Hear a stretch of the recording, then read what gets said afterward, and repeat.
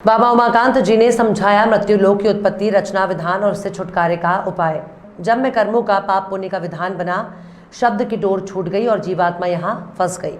आदि से अंत तक का पूरा भेद जानने और बताने वाले जीवों के अपने घर जय गुरुदेव धाम से आए हुए सब जीवों के पिता सतपुरुष को जिनमें देखा जा सकता है, ऐसे वक्त के महापुरुष इस धरती पर मनुष्य शरीर में मौजूदा पूरे पहुंचे हुए समर्थ त्रिकालदर्शी दुखहर्ता अंतर्यामी संत सदगुरु जैन वाले बाबा उमाकांत जी ने 10 जून 2022 को दुर्ग छत्तीसगढ़ स्थित आश्रम में दिए और यूट्यूब चैनल जय गुरुदेव यूकेएम पर लाइव प्रसारित संदेश में बताया कि सतयुग में समय जब पूरा होता था तो जीव आत्माएं जिस शब्द की डोर से उतारी गई उसी को पकड़ लेती थी और अपने घर अपने मालिक के पास पहुंच जाती थी। जब कर्मों का विधान बना दिया तब ऊपर जाना बंद हो गया। कर्म किसको कहते हैं, अच्छा और बुरा। महाराज जी ने सरल शब्दों में समझाया कि इस मृत्यु लोक की रचना कैसे हुई, कैसे कर्मों का विधान बनाकर जीवात्माओं को फंसाया गया और अब कैसे छुटकारा होगा। आप भी सुनिए स्वयं महाराज जी के श्रीमुख से। अंदर में गंदगी यानी समझो कि ये बढ़ती चली गई, जमा होती है, गंदगी चली गई। अब ये किस चीज़ की गंदगी जमा हुई? कर्मों की गंदगी जमा हुई। क्योंकि ये जब सब जो जीव थे, सतयुग योगी सब विज्ञानी करिहर ध्यान कर रहे हैं वो प्राणी, यानी समझो सब समय जब पूरा होता था तो अपने घर अपने मालिक के पास पहुंच जाते थे। क्योंकि वही डोर वही रस्सा उनके हाथ में आ जाता था। शब्द की डोर जो जिससे ये उतारी गई उसी डोर को वो पकड़ लेती थी जीवात्मा और वो शब्द खींच ले जाता था। ऐसे बड़ा चुंबक छोटे चुंबक को खींचता है, ऐसे ही शब्द जीवात्मा को खींचता है। लेकिन एक बार इस जीवात्मा को शब्द से पकड़ा दिया जाए, तब रास्ता मालूम हो जाए और शब्द से पकड़ा दिया जाए तो खींच ले जाता है। तो अब आप ये समझो कि जाना ऊपर यानी समझो कि बंद हो गया। क्यों? क्योंकि कर्मों का विधान बना दिया। कर्म किसको कहते हैं? अच्छा और बुरा। देखो, 4 वेद और 4 वेद सबसे पहले यानी बने, फिर उसके बाद 4 वेद 6 शास्त्र उससे निकला, फिर 18 पुराण हो गए और अब तो पुराण के पुराण बहुत हो गए, लेकिन अब उनको लोग समझ नहीं पाते हैं। ये जो वेद बना वो संस्कृत में है।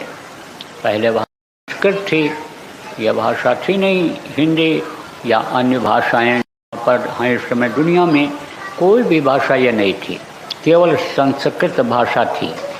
संस्कृत में वो लिखा है, संस्कृत लोग पढ़ते नहीं और इसलिए समझ नहीं पाते हैं और उसको हिंदी में लिखते हैं तो भी कुछ उसमें अंतर हो जाता है। फिर समझने वालों के लिए मन में जो रहता है, जैसा दिखाई पड़ता है, समझ में आता है वैसा समझते हैं। समझाने वाले अपने मन से समझाते हैं, इसलिए सही विधान समझ में लोगों के आता नहीं है। तो वेद में यानी समझो कि 1 लाख यानी आप श्लोक समझ लो, यहीं इसका मतलब श्लोक और लाइनों का वो क्या मतलब है, उनका क्या मतलब है? विधान। 1 लाख विधान समझ लो। विधान किसको कहते हैं? जैसे आपका विधान बना हुआ है, किसका विधान? जैसे आश्रम का ये नियम है कि सुबह यहाँ उठ जाते हैं लोग और 4 बजे घंटी बजती है, 4:30 बजे यहाँ जो लोग रहते हैं आकर बैठ जाते हैं और यहाँ पर 2 घंटा ध्यान भजन होता है। उसके बाद में श्रमदान सेवा जो भी है वो होती है। तो ऐसे ही आपका घर का नियम बना हुआ है सब लोगों का।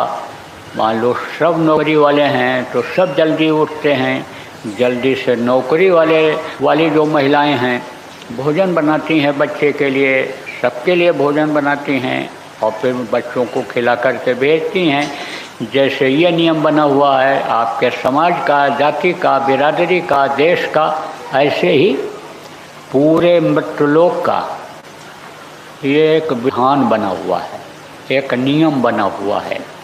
अब यह नियम किसने बनाया?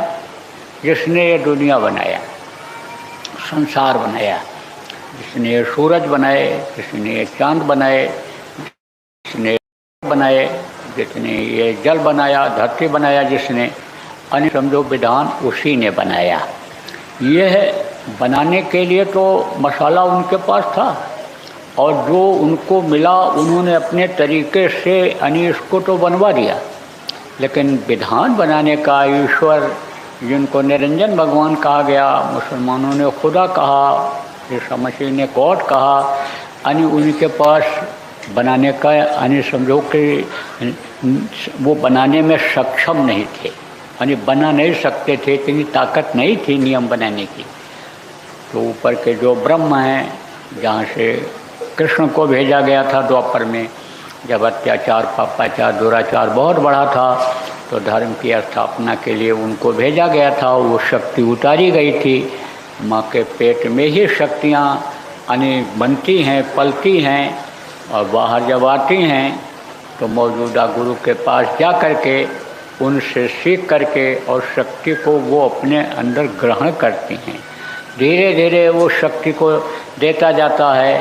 जैसे बच्चे को पहले देखो माताएं अपना दूध पिलाती हैं, फिर गाय भैंस का पिलाने लगेंगी, फिर भोजन कराने लगेंगी, थोड़ा थोड़ा धीरे धीरे देती हैं, जिससे थोड़ी थोड़ी ताकत इसकी बढ़ती जाए। ऐसे ही शक्ति वो धीरे धीरे धीरे धीरे धीरे धीरे देता है। कौन? जहाँ से शक्तियाँ भेजी जाती हैं, जहाँ से ताकतें